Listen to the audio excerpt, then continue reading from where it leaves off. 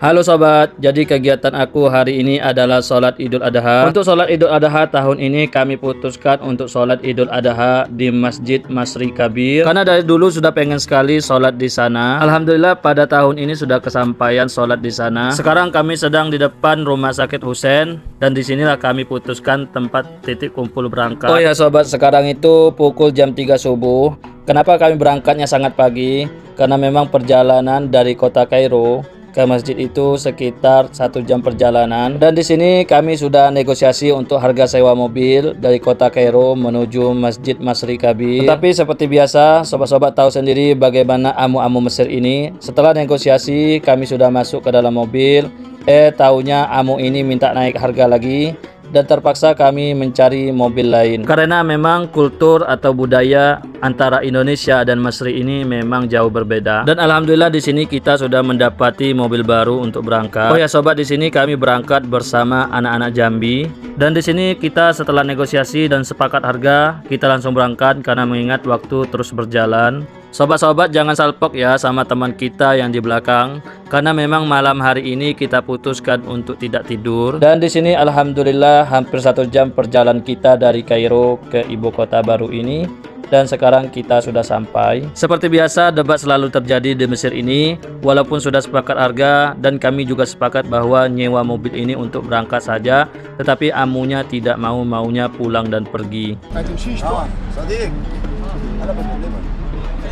هتمشي شو ابوك بتلاقي نفسك كده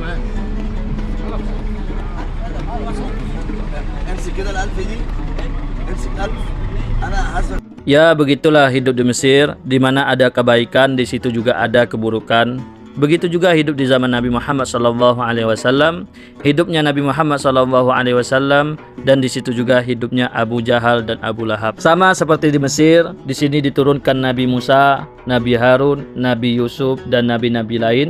Dan di sini juga diturunkannya Fir'aun. Baiklah sobat, beginilah keadaan Masjid Masri Kabir. Masjid Masri Kabir ini terletak di ibu kota baru yang bernama New Administrative Capital, yang mana ini adalah ibu kota baru yang nantinya pengganti daripada ibu kota Kairo. Mirip-mirip dengan Indonesia yang mempunyai ibu kota baru yaitu ibu kota Nusantara. Masjid Masri Kabir ini tidak hanya menjadi salah satu ikon yang ada di ibu kota baru ini, tetapi juga menjadi salah satu masjid terbesar di benua Afrika. Ibu kota baru ini sengaja dibangun oleh pemerintahan sebagai pengganti daripada ibu kota Kairo yang sekarang sudah sangat padat dan sangat macet. Di sini saya sangat kagum karena pembangunan masjid ini kurang lebih 2 tahun. Diumumkan pembangunannya di tahun 2021 dan selesai di tahun 2022.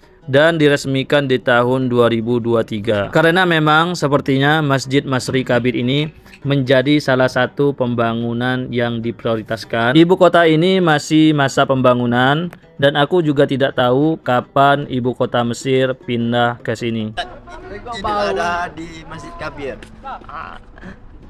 Kaget masa buat kontennya. Sobatku, sekarang kita di jalan pulang, dan pulang ini kami putuskan untuk naik monorail. Jadi di sini kami sebelum membeli tiket, kami pastikan dulu di mana tempat turun, karena memang pembangunan monorail ini belum selesai semua, jadi ada tempat-tempat yang belum selesai dibangun. Jadi kami putuskan turun di mana tempat yang sedikit dekat dengan tempat tinggal kita. Ibu kota baru ini sangat modern ya sobat, dari susunan pembangunannya dan transportasi umumnya yang sangat modern.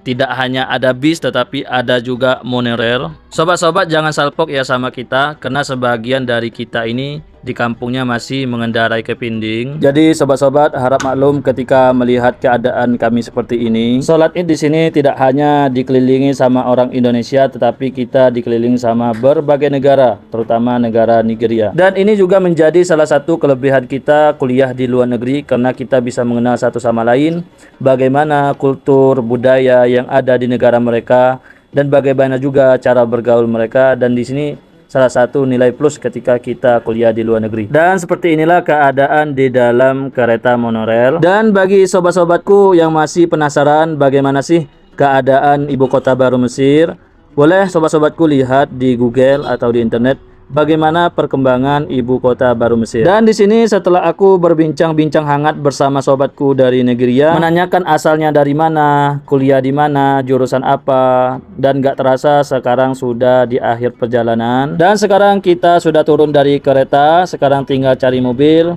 Dan videonya berakhir di sini. Saya ucapkan terima kasih. Bye bye sobatku.